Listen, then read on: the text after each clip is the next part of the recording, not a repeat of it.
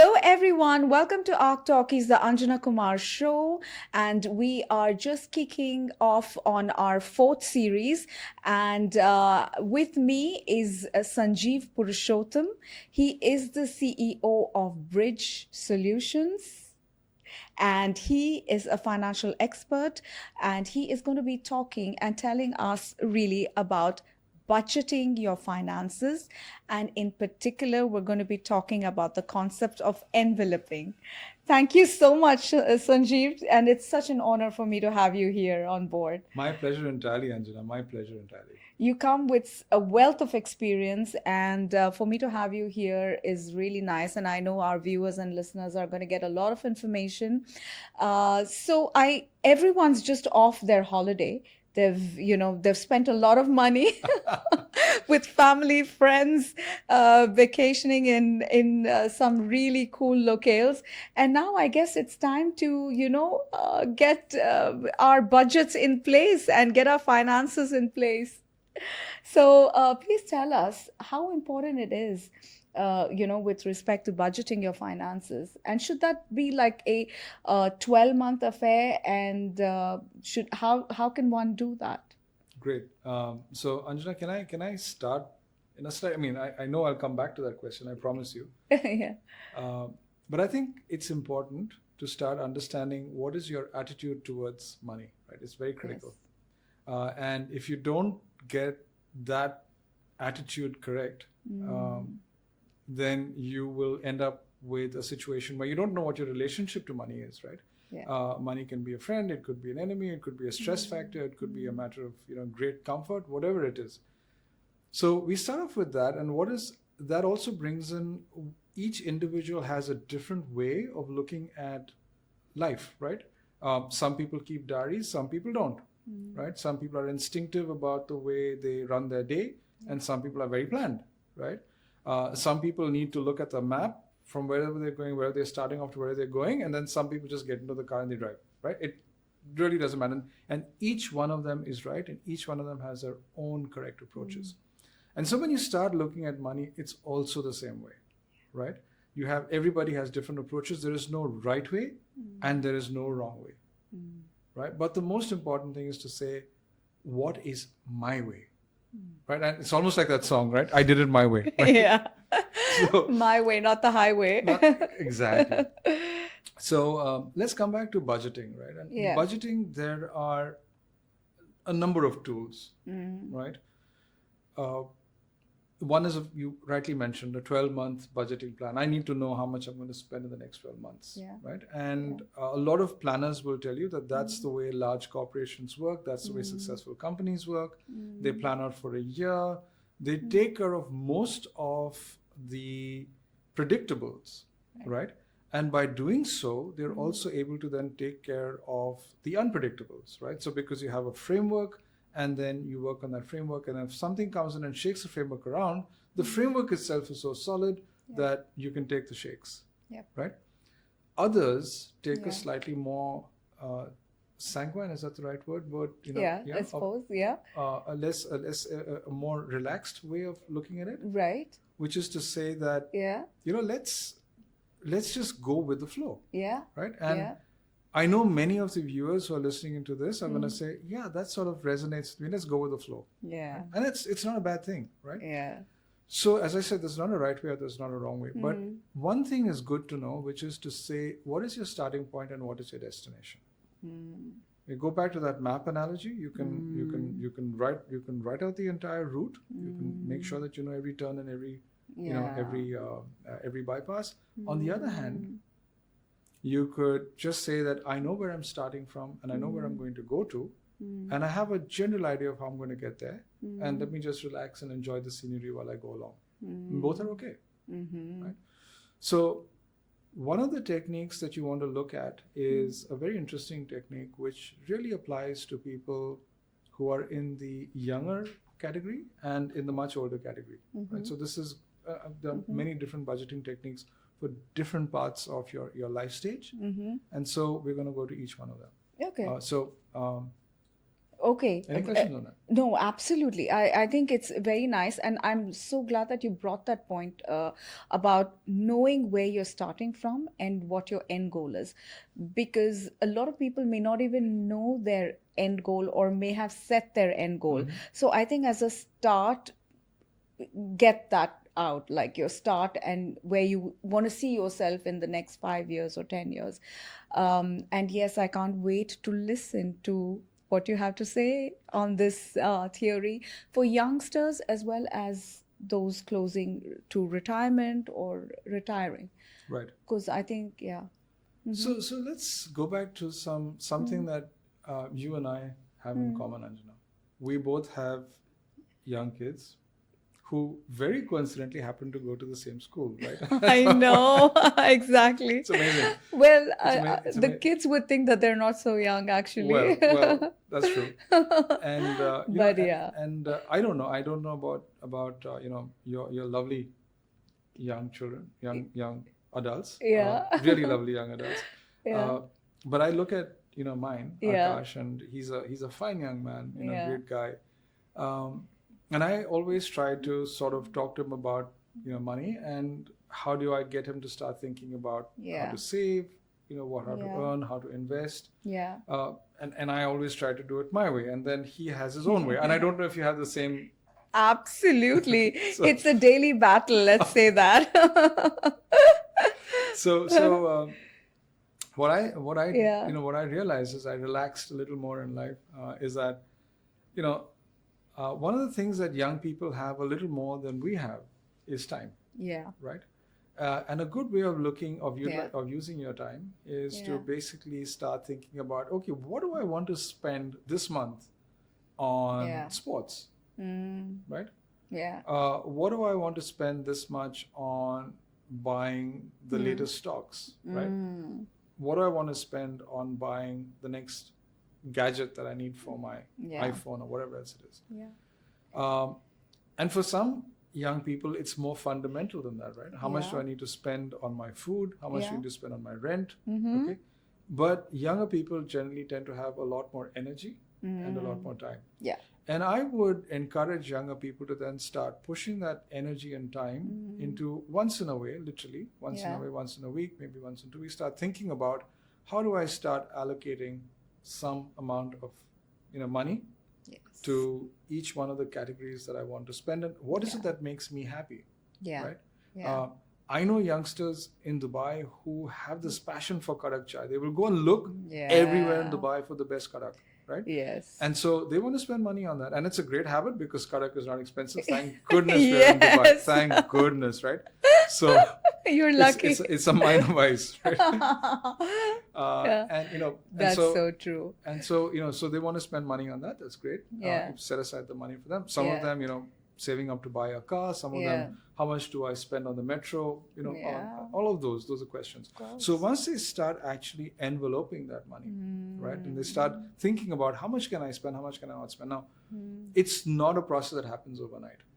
It's a formation. You start thinking about what gives you more joy, and always try to spend a little more money on what gives you more joy, as long as it's not a vice. Yeah. Right? That's the one thing. As Of parents, course. we always say that, so as long as it's not a Of vice, course. spend things that give you a little more joy. Absolutely. Right? Yeah. And so I'm going to go back to a technique that has been actually a phenomenal technique that came out, that became very popular during the Depression era of the 1930s in the US, right? How to survive the month with very little money, right? And the technique was called enveloping. And so what you do is you'd start off in the beginning of the month. You take all the money that you have and you'd write envelopes to say, that's my house rent, that's my food, that's my entertainment, if at all, and whatever else, and put that all, that's the school fees, all of that, right? Put it down and literally take your money and put it into those envelopes. You take the notes and you put it into the envelopes and you leave those envelopes aside. And most importantly, you would also always leave one envelope which would say savings. Wow. Right? Beautiful. Always. I'm a believer in this concept. So you'd start off by putting money into the savings envelope, and then you'd start looking at everything else. Okay? Yeah. Now, What does it do? It means that as you start looking at your envelope, you start actually looking at your envelope, you start seeing the money. Yeah. It gives you a sense of physical reality about how much money you have left for the rest of the month. And then you adjust yourself and your food and whatever else you're doing on food for that month, right? You might do things that you might otherwise have not have done. You might, and I'm talking about depression era, not about now. You might go down to say, okay, I think I can skip a meal, right?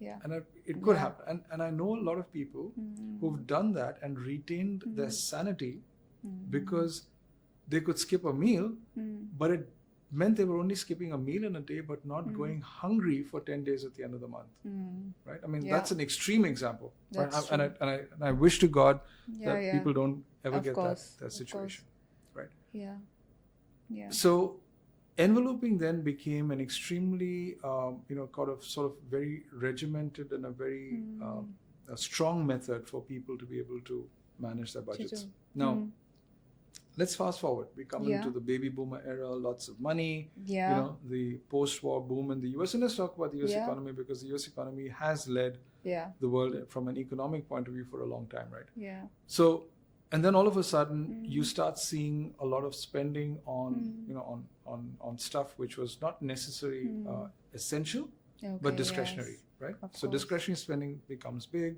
The stock market starts booming because a lot of discretionary spending and so on and so forth. I know I'm correlating a lot of concepts, but I'm trying to keep it as simple as possible. Right? Yeah, no, that's fine. And along with that comes in a more advanced method of budgeting, and that was, people started taking spreadsheets, and you go home. If you're an accountant and you're good at it, you start, now I've got my money in my bank account, and I'm going to take out the money that I need, but the money's in my bank account. And then you fast forward a little bit, and then you're no longer using your bank accounts, you're using checks, you're using credit cards. Now what's happening? What's happening is you don't feel the money. Exactly. Right? The money is a number somewhere in an account. Absolutely. And you don't know what's happening. And it's just one big mass. And something, you spend money on food. But it's no different from spending money on on a taxi. It's the same thing, because it's just coming out of this big pot. Exactly. Right?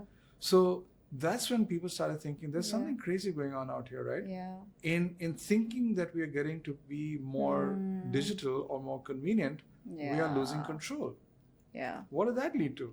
That led to the entire credit card business, which that's been my life story, right? And it's terrible to think that young people go into credit without even realizing that money could have been, it's not really their money. So now good. I'm sure there's a question there. There are quite a few. Just to say that I'm sort of doing this enveloping bit with my life as well. So I get a salary, and I, the first thing I do is I put it off for saving. Because then I can work the rest of the stuff. But partially I'm enveloping. But I think I'm only putting it for, let's say, saving first. But the rest I am not yet enveloping. So I'm not putting, maybe I should do that. Then I could perhaps save more. Because right now what I'm doing is I'm putting a chunk to the saving. But there are other things where I can allocate to, say, entertainment or food. I'm not doing that yet. Got it. And I'm doing it in an e-way. I'm not doing it like physically with an envelope. Okay. So is it practical? Is it practical to do it with an envelope? Or in a physical way? In a physical way, It's a good question. Right. And those of you who know me from my professional world will know that I am the biggest advocate for the digital transformation of financial services. I keep talking about this all the time. Why financial services needs to get digitized. Why it needs to, why there needs to be more of the ability to distribute money electronically, digitally, rather than through cash. Because cash has its own consequences. There are lots of that's another entirely different podcast. But I also recognize, and there's a great LinkedIn article that I co-wrote a couple of months ago, and it went viral actually, about the surviving of cash. Why has cash survived? Right? Because cash ultimately represents for a lot of human beings a physical reality. Yeah, true. Okay, and I guarantee you this, Yeah. Anjana. Yeah. Right, I guarantee you this. You take Yeah. 1,000 dirham and you put it into your purse. Yeah. And you say that for the next 10 days, I'm not going to spend anything on a card. I'm only going to use the money that I have in my purse. And you yourself will watch exactly how much more careful you're going to become about spending it. Okay, I'm going to try it. Honestly, I'm going to try it. You will just, it'll suddenly like say, oh my God, Yeah. my money is getting smaller. And you know, oh, I had this money. What happened to it, right? Right. It's that physical looking at the money. I get you. Psychologically, you're saying, no, save it, save it. Psychologically, you're Yes. automatically beginning to tell yourself Yeah. that this is something that I need to do. Now, I know for a fact that not everybody will be able to do that. Yeah. Okay. So, what else can we do? So, this problem, of course, so one thing I have to say before I move on, right? Young people do not get into credit. Do not take a credit Absolutely. card. That's step Please number one. don't. Right? Please don't. Please don't. Okay. Yes. And I am a person who's launched credit cards all my life. Yeah. I know this business inside out. Yeah. And when I'm saying don't take credit cards, Yeah. I know what I'm talking about, right? Just, Okay. Yeah. I shouldn't be saying it because I'm from the industry, but I am. Okay? What about the loyalty cards? Because a lot of these youngsters with Emirates card or Right. Another card. Yeah. Yeah. Okay. So there's a good way of handling that. Yeah. If you have the discipline to pay off in full, Yes. do not ever Yeah. allow even one Dirham. dirham Absolutely. to go into credit. Absolutely. A lot of people will come back. I agree with that. Come back to me and say, "Oh, what about buy now, pay later?" Or, I'm No. not going to comment on it because No. it's No. Yeah. Yeah. it's a anyway. So coming back to this enveloping, let's come back Yeah. to enveloping a bit. So Yeah. around the there was this extremely good application that was built up. It was a web application called You Need a Budget. Okay. YNAB, all right. And You Need a Budget was put together by this young couple at that Yeah. time. One was an accountant and his wife, and they needed Yeah. to figure out how to do their finances, and they didn't want to do enveloping. So they created this great online program called You Need a Budget, and it's called YNAB. Oh. You look around, ask for YNAB, everybody will tell you about it. It's one of the most YNAB. It's one of the most popular Nice. budgeting softwares that you can. Oh, get beautiful. around, right? Okay. So now you go into YNAB and you start saying, okay, I'm going to allocate this amount of money for this. And now the only thing you have to do is that once in a week you need to go back, or maybe a little more often you need to go back and look at your budgets and say, have I actually, you need to do a little bit of everyday budget keeping, right? budget Accounting. You've got to, whatever you spend, you go back and you allocate those expenses to whatever you spend. And then at the end of the week, you can check to see, which envelope of mine is actually smaller. But this is all digital, right? Nice. So it's a great. And this software does that. Yeah. This YNAB. So there are lots of there's YNAB. There's lots of others that have come up after YNAB. So there are a number of. That's a fabulous way. So even if we're not physically, maintaining those envelopes, we can, download one of these softwares and actually do that same kind of enveloping, but in an e-way, in a digital way. Right. Oh, fantastic. Okay. One thing that has not been, it's a bit of a challenge, and I think that there's a bit of a user interface and a user experience problem there. But I think there's a huge opportunity right now in the world for whichever young entrepreneur, smart young entrepreneur coming up with a prepaid wallet that enables people to actually put their money into these boxes and to be able to use it as per their specific spending category. Now, there have been attempts at it. Yeah. They failed. Yeah. Nobody's actually come up with a great formula, but I'm just saying that there is a great entrepreneurial opportunity for some young person out there to take it up and say, let's make a prepaid wallet that allows you to actually put all your money and treat it like cash. It could be, it may be even a crypto wallet. I don't know which young entrepreneur will come up with it, but they will come up with it and it will happen. So somewhere in the universe, sometime between now and the end of this podcast, some young person is going to start up with a great idea. So happy. That's true. Yeah. So So these are clearly the benefits of Right. enveloping, because it just makes you more conscious of what you're spending and makes you plan your spending Right. as well better. Right. And it's also proven to increase the saving potential. So I think it's something that's so beneficial for youngsters starting out their career, or even for those closing, nearing retirement as well, Good if point. they want to speed up their savings and their Very post good. retirement. Yeah. So thank you so much for that, actually, Yeah. Anjana, and I really appreciate your bringing that up because a lot of people, and as I grow older, I correlate to this more and more. Many people go, they bring up families, they Yeah. bring up their children. All of their energy goes into Yeah. just making that happen, right? And then Yes. we feel a sense of accomplishment, a sense of Yeah. purpose, Yeah. when our kids have sort of grown up and become mature adults. And then Yeah. all of a sudden, the organizations that we work for, or the business that we ran, or our own health starts telling us that, listen, you really can't do this anymore. Yeah. Right? True. And when that happens, all of a Yeah. sudden, what was something that we tried not to think about Yeah. becomes a reality, which is that, So oh my goodness, I really don't have enough money. Yeah. Okay. Yeah.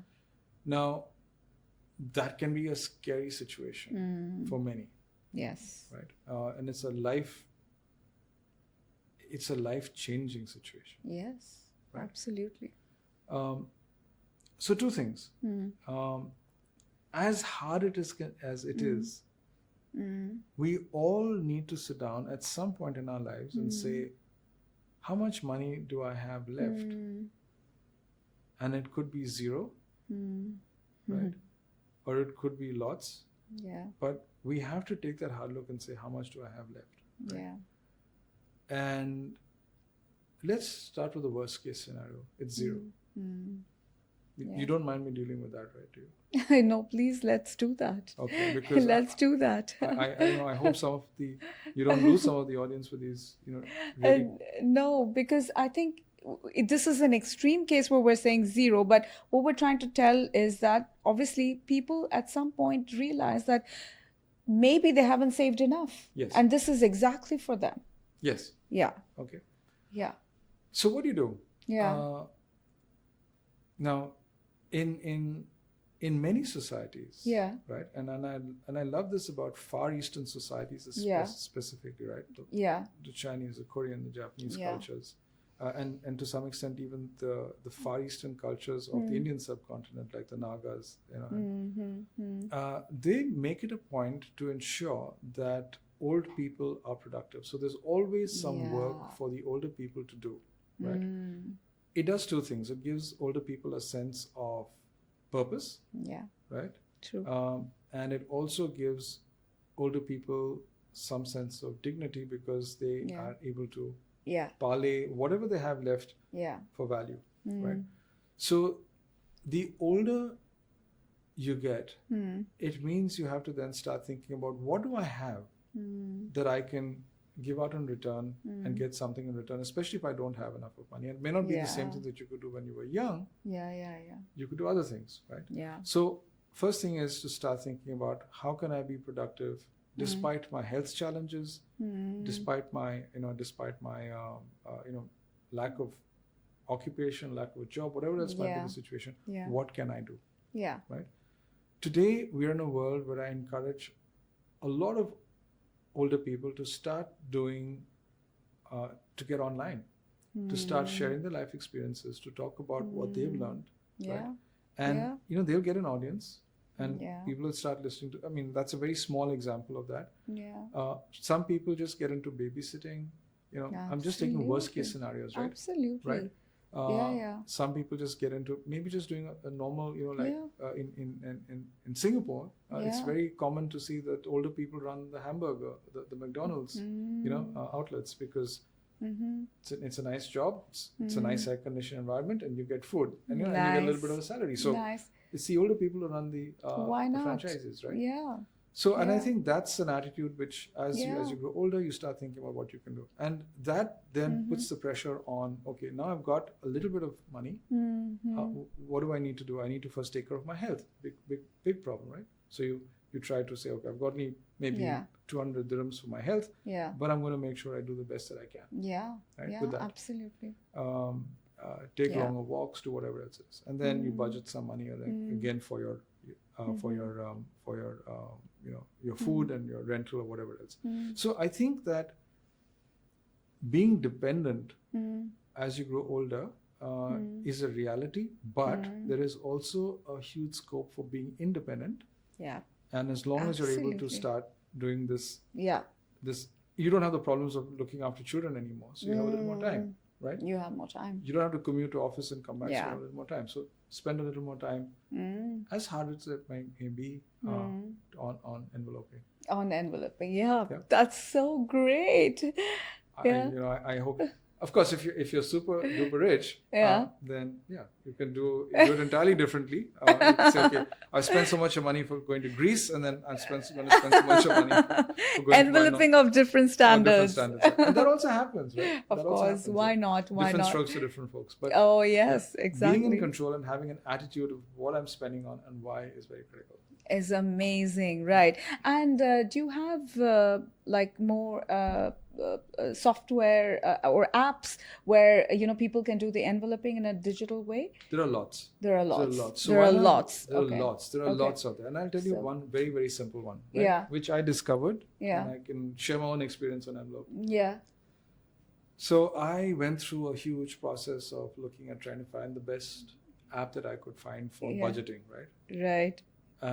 And I went through Reddit, which is my go-to now for all the knowledge that I want in the world. Okay. Amazing, right? Okay. And there was this really nice Reddit thread about using an iPhone for using Numbers, which is an app, iOS software for Yeah. on your phone. Okay. It's like Excel, but it's meant for your iPhone. Right. It's called Numbers. And then there's a similar one called Sheets, which works on an Android phone. Okay. And you can actually create on your phone. Mm. You and I can very easily create a form that mimics an app. It looks like an app, Wow. but it sits on Numbers at the back or Sheets as an Right.